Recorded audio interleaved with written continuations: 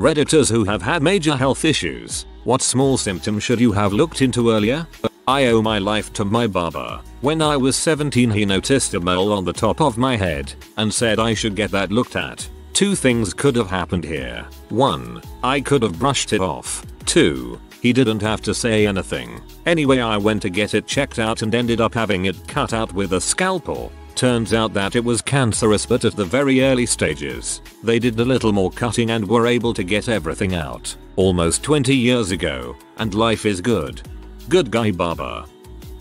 Increasingly painful periods and nasty PMS symptoms in general. Family doctor attributed the change to age and just wouldn't take it seriously. After a year of complaints, the doctor prescribed birth control pills, which did nothing. After 2 years I finally lost it and cried in her office. The cramps had gone from This is a bit more than usual to full-on WTF 8/10, white knuckle puking level pain. I asked to please be referred to an OBGYN. When the gynecologist examined me, he also did an ultrasound in the office. He took one look at the screen, told me I could dress and he'd be right back. When he returned, he was carrying his surgery bookings schedule. A few weeks later I had a total hysterectomy and bilateral salpingectomy, tubes out. It would usually take up to a year to book that surgery, but he said he absolutely had to find me a spot. He was horrified I hadn't been seen much sooner and described my uterus as more tumor than healthy tissue.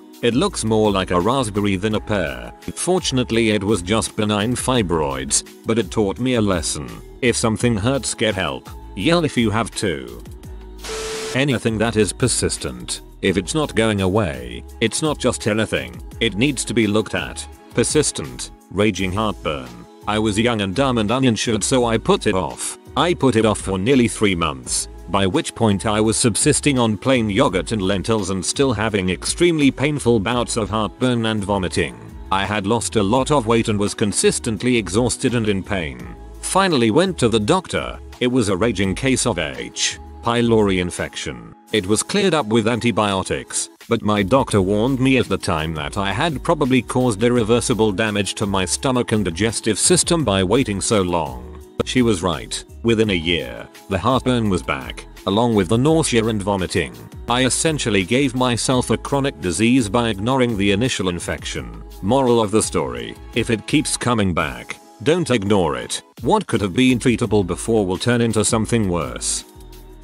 Just if anything suddenly changes without any reason, I think everyone should take the time to really know their own body, all your own little lumps and bumps and processes, etc. Everyone is different, so you can never rely fully on what experience someone else has had with illness. If something starts being different, with no obvious reason for it, get it checked. Better safe than sorry. I realized this when I was 18. A seemingly healthy 18 years old woman. And one day, my periods just stopped. I thought nothing of it, 'cause you know, no periods equals yay. A year later, I received a stage 4B cancer diagnosis. In my particular case, my periods stopping was the first physical symptom I had. Other, more obvious, for cancer. Anyway, symptoms came much later, but it was extremely likely the cancer would have been detected a lot faster if I had gone to the doctor and investigated why the periods had stopped in the first place. 11 years clear as of the 10th of April. I was much taller than my family. Family are all around 5 feet 5 inches, but I was 6 feet 5 inches by high school. We always joked I was a freak or won the genetic lottery. Went to my father's doctor for a physical, who noticed the swelling in my hands and ran a blood test. Turns out my growth hormone levels were about 3 times the normal amount. I was diagnosed with acromegaly. Got an MRI which showed I had a tumor on my pituitary gland. Got it removed and was feeling better after a few years. My 2-year-old daughter, with hindsight, would lie on her left side on the floor randomly during the day. She walked with a wide step, and finally multiple diagnoses for constipation, abdominal embryonic rhabdomyosarcoma. After 54 weeks of chemotherapy strolling through an unimaginable medical heck, she is 4 and almost a year in remission and hard to keep up with. Like she's discovering everything pain-free for the first time. That's so scary. Poor kid. My sister started to get frequent migraines just after she turned 22. Frustratingly, she did look into it. They happened more and more often. She went to the doctor, who waved it off as stemming from stress. Her husband had just been sent to Afghanistan. My mom pushed for a CT scan, which the doctor said was unnecessary. My sister went home without any kind of prescription and a suggestion to come back in a few months if it persisted. Well, a few weeks later, she had a massive seizure, got taken to the emergency room where doctors discovered a massive tumor in her brain and diagnosed her with a rare form of brain cancer. She died within a year. If you have migraines, you probably don't have cancer, and if you think you might, I'm not the person to ask. Please contact a medical professional. My mum had some light, like 1 or 2 drops, 3 times a year, spotting. For context, she was well past menopause. She mentioned it to her GP and he sent her for a test. Uterine cancer. Caught it at stage 1 before it spread, so was able to have a hysterectomy without needing chemo or radiation therapy. Thank Christ her seemingly small and insignificant symptom was checked out. Glad it was all okay. For the benefit of anyone scrolling though, spotting past menopause is a weird sign and usually indicates something bad going, like uterine or cervical cancer.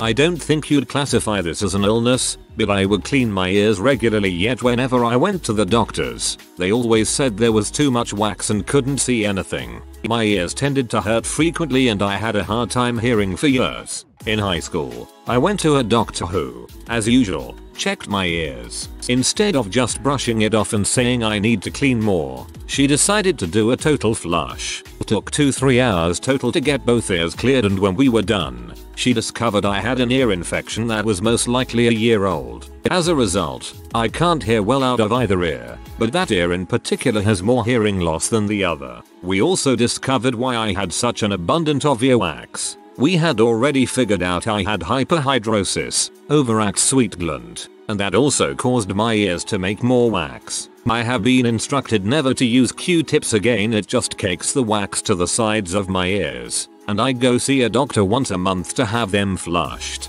So, had we just had a doctor flush my ears probably 5 years sooner, I wouldn't have such hearing loss. This makes me want to try getting to a good end again. Got sick last May and a week later my ears starting ringing and my sinuses haven't been clear since. Constantly draining down my throat or stuffy. My GP referred me to an ENT expecting him to flush my ears, sinuses and take an x-ray of my sinuses. Neither happened. Not me but my 9-year-old son. Last summer he complained about leg tiredness and slept a lot. Our pediatrician couldn't find anything wrong with him. Fast forward to January 2017 and suddenly he's constipated and his bladder is retaining enormous amounts of urine. We took him to the local children's hospital and they felt that his constipation was keeping him from releasing urine, so they hit him with gallons of Miralax mixture to get him moving. He pooped quite a bit but nothing really changed. After a week of this at the hospital, my wife lost her mind on the hospital staff and demanded that they think outside the box. The neurology department came in and did an MRI, and they found that he had a fatty phylum at the base of his spine which presented as a tethered cord. They operated immediately. Unfortunately now, the damage is done.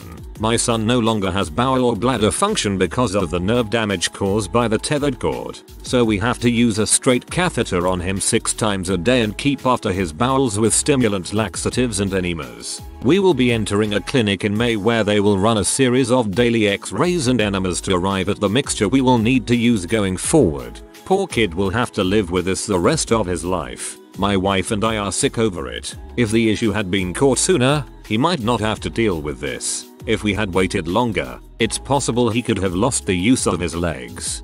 I have neurogenic bladder bowel. He will get used to cathing and doing bowel routine. Besides the occasional bladder accidents and utis, you get used to it. Feel free to reach out if you have any questions. I started craving iceberg lettuce like you wouldn't believe. Like I'd wake up in the middle of the night and go to the fridge just to eat handfuls of lettuce. At my worst, I was eating an entire bag of iceberg lettuce a day. No dressing or toppings. Just munching on it like it was popcorn at the movie theater. Finally decided I should drag myself to the doctor for a few blood tests, assuming I was a bit dehydrated or vitamin deficient or something. My hemoglobin was 5 when it should be 13-16. Ideally, my ferritin iron stores level was 1, which is literally as low as the test goes. I went straight from the doctor's office to the hospital to be admitted for 2 blood transfusions and an IV iron infusion. The hospital staff couldn't believe I'd been walking around and even working overtime with a level that low for months. Within 24 hours of my blood and iron transfusions, my lettuce craving went away.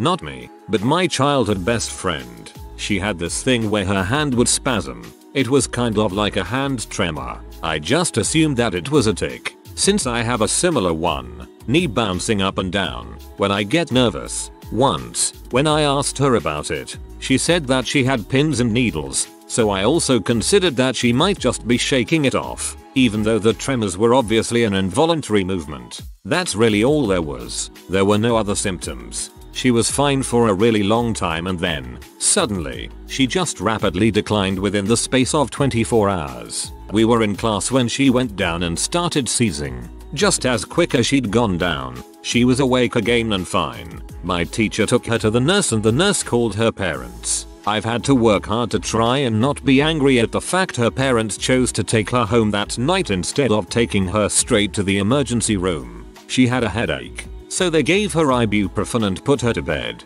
She died sometime in the night of an undiagnosed brain tumor. Often, brain tumors are misdiagnosed as psychiatric issues. So if you notice a rapid decline in your mental health stability without any clear reason, or even with a reason, get a scan done. When I first started having severe episodes of depression, 16, my psychiatrist sent me in for a drug screen and an MRI of my melon. He told me that the first things he looks for in any patient with no extensive history of mental health issues is drugs and tumors. If you have testicular pain, don't frick around. Seek medical attention immediately. I had testicular torsion and got lucky. A lot of men have lost a both testicle to this. First friend. He was a Finnish carpenter and was hand sanding in a deep shelf area and got a splinter, more like a sliver of wood, into the cuticle of his pinky. It was pretty freaking big, and he was like, it'll work its way out on its own. So, he left it alone, and a red line started to move along his arm from his pinky, up into his armpit. He finally got convinced to go into the doctor. Turns out the red line was an infection traveling along his vein, and had he not gone into the doctor when he did, they said the infection would have ended up in his heart and would have been extremely life-threatening at that point. Second me. My best friend was in the hospital. Eventually he ended passing, but all the stress of him in the hospital and continuing on with his passing, I was beginning to have gnarly cramping and waking up to use the bathroom like every hour or two. And not only that, but waking up almost crapping myself and then spending more and more time on the shitter each time, like having the urge to go without being able to go after initially going. Long story short, ended up with a pretty severe case of Crohn's disease, and ended up having some pretty serious 6-hour surgery to remove part of my intestine, bladder, and colon. Yay. Not me, but my wife. She had a rare liver disease that sprung out of nowhere when she was 23. Her initial symptom wasn't jaundice, yellowing of the eyes, skin, like liver diseases tend to start showing themselves with, but extreme itchiness. She figured it was just really dry skin. Turned out to be PSC, primary sclerosing cholangitis, but she's 2 years post-transplant and doing great. I experienced a pain in my left shoulder, trapezius muscle, whenever I consumed alcohol, which for me was an infrequent beer. It was odd, but not too concerning, since I didn't drink very often. Turns out, I had Hodgkin's lymphoma, and the pain in lymph nodes on the consumption of alcohol was a symptom seen in only a very small percentage of cases, less than 5%. Anytime I consume alcohol my back aches, almost as if my bones or muscles are iced over, so uncomfortable that I do not often drink. I always got the strangest looks complaining about that. Will def be more vigilant thanks to your unfortunate story. My dad has a lot of moles and my mom forced him to go to the dermatologist because he hadn't been in years. She was worried about a few of the big moles that she thought might be getting bigger. The dermatologist pointed one out and asked if that was one they were concerned about, and no. My mom said that one actually seemed like it was getting smaller, so why would she be concerned? Doctor informed my parents they were doing a biopsy right there and then and cut a 1.5-inch long chunk out of my dad's back. It was melanoma, the really bad skin cancer. It turns out, if a mole is getting smaller, it's probably because the immune system has a reason to attack it. Everyone asking after my dad's health. The melanoma was only stage 1 because the dermatologist caught it so early. He's doing fine now. This was 8 years ago. He's had another mole removed in the past few years and goes to that same dermatologist twice a year because he has quite literally hundreds of moles freckles. My mom also checks on his more concerning moles pretty often, and if she thinks they look strange, off to the dermatologist he goes. The standard for when to be concerned about moles is ABCDE. If a mole is asymmetrical, if the border is not well defined, if the color is odd, like black, blue, red, or white, if the diameter is larger than the diameter of a pencil, or if the mole is evolving. Book an appointment with your local friendly dermatologist and take a picture of suspicious moles so you can keep track of any changes. And finally, if you have a family history of skin cancer or fit a lot of the risk factors, even if you aren't concerned about anything in particular, consider booking an appointment if it's within your means to do so. On that note, I'm proud of everyone for committing to getting their moles checked. This was actually my mother, but it's good to know if you're a woman or no women. If you've been through menopause and your period comes back after over a year, get it checked out. It's probably nothing, but it can also be something. My mother is fine, fortunately. Yes, my mother had some spotting last year, over a decade post-menopausal, and it turned out to be cervical cancer. Since she went to the doctor immediately, they did a hysterectomy, 4 radiation treatments as a precaution, and she's totally fine now. Not me, but my grandfather had trouble breathing for a long time. Nothing horrible, just shortness of breath, heavy breathing, etc. But he had to take care of my grandma. He went to the hospital when he started coughing, a dry cough, unable to stop. They diagnosed cancer, aggressive form of lung cancer, and he died within 3 weeks. The doctor told us that if he had come earlier, they might be able to save him. My mother had a chronic cough for years. Every time she went to the doctor, he gave her an inhaler and allergy medication. Never mind that she smoked over a pack a day and a sprain she had gotten wasn't healing. Once she started rapidly losing weight, I knew it was all over. That small pain that never seemed to completely go away just under the left side of my ribcage could have saved myself the horrible experience of acute pancreatitis. But clarified this for me, so I apologize for causing mass panic. Here is what he said. Physician here. Chronic mild abdominal thoracic pain is not a symptom of acute pancreatitis. The more likely scenario is actual skeletal muscle pain in that region, which, as you can see from the comments, is extremely common. Acute pancreatitis, as I'm sure you know, happens rapidly, is very painful, and can be deadly if untreated. Chronic acute pancreatitis equals acute death, and isn't a thing. Chronic pancreatitis is a different beast entirely. Remember, correlation does not imply causation. Pancreatitis suck. Pretty uncomfortable pain, and you have to go through almost a whole week without any food or drink. Source: I've had around 25 episodes in my life, from 1998 to 2006, the last one. I was in my 8th grade and I vividly remember the day I noticed that I couldn't properly see with my right eye even with my spectacles, and I thought that maybe I need to get my eyesight checked because the power of my glasses might have increased. I didn't give it much importance because I had exams, and after 4 months when I finally went to get my eyes checked, the doctor informed me to get to a bigger hospital because he felt it wasn't normal. I went to a specialist eye hospital and they informed me that I was diagnosed with glaucoma and I had lost almost 90% of my vision in the right eye. Intraocular pressure, IOP, in the eye that should have been below 21 was 70, which is insanely high, and it was starting to affect my left eye as well, where it was 23. They didn't know why I was diagnosed with glaucoma cause it is very rare at that age. I had to get operated in my right eye immediately because medication wasn't controlling the IOP. I missed half of the classes in my 9th grade, and then finally I had to get operated in my left eye as well in my 10th grade right before my final exams to control the condition. I wish I could have been more careful and went to the doctor immediately.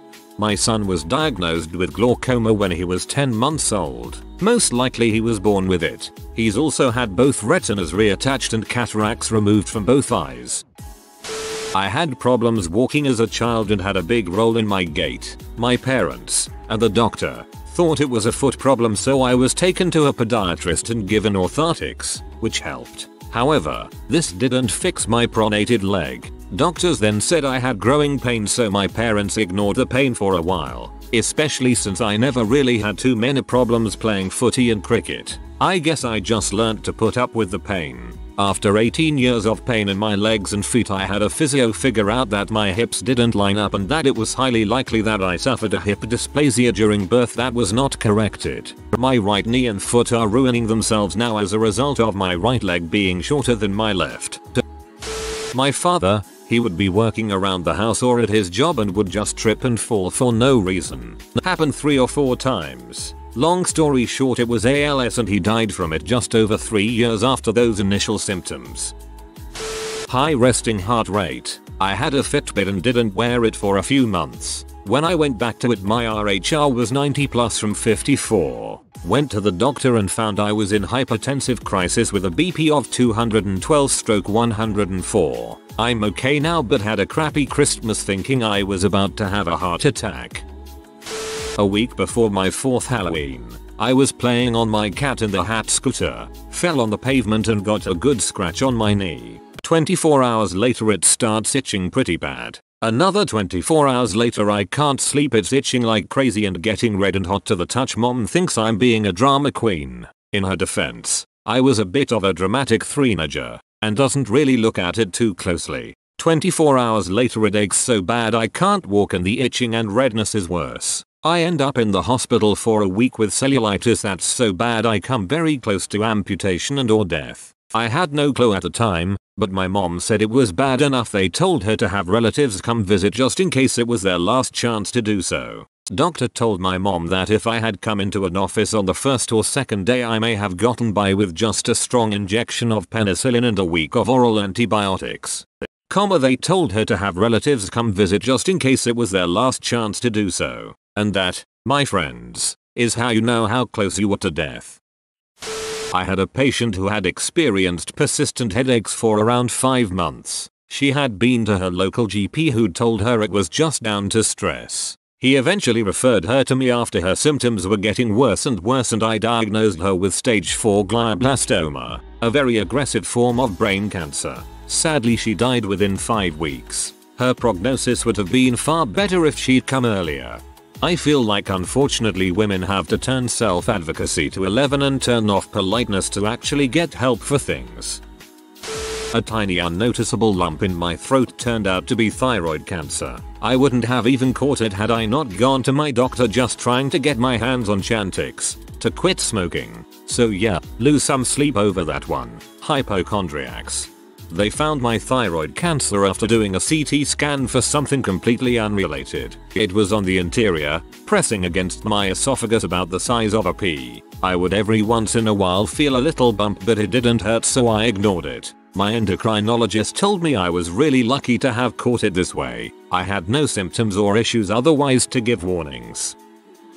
My brother always complained about what he thought was a hernia. He also said he had respiratory infections and a couple other things that started looking more and more like he was becoming a hypochondriac. He also has a history of drug abuse and lying, so we all kind of took it with a grain of salt. Last week he went to the ER for stomach pain. After blood and urine tests, then a CT scan, they found what's most likely cancer in his groin area. Literally waiting to hear from my mom what the biopsy says right now. He's 39 years old. It's cancer in his left testicle and evidently lymph nodes behind it. They're removing the testicle and doing a biopsy on it to see exactly what kind it is. It can be one of 2 types, one of which will require chemo. They also have to do more CT scans of other areas to make sure it's nowhere else. This is reminding me too much of how my father died. I'm hoping it all ends well.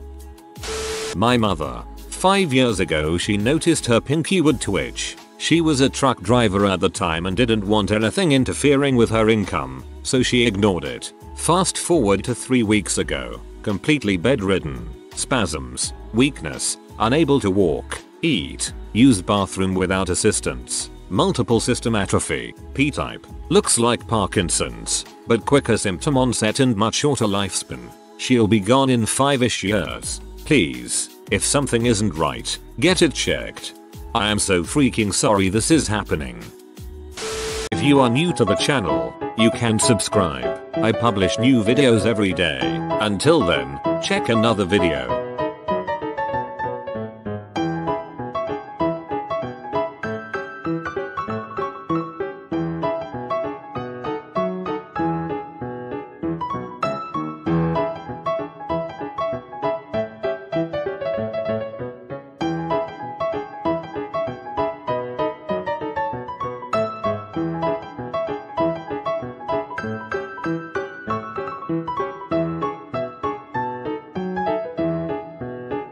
Bye for now.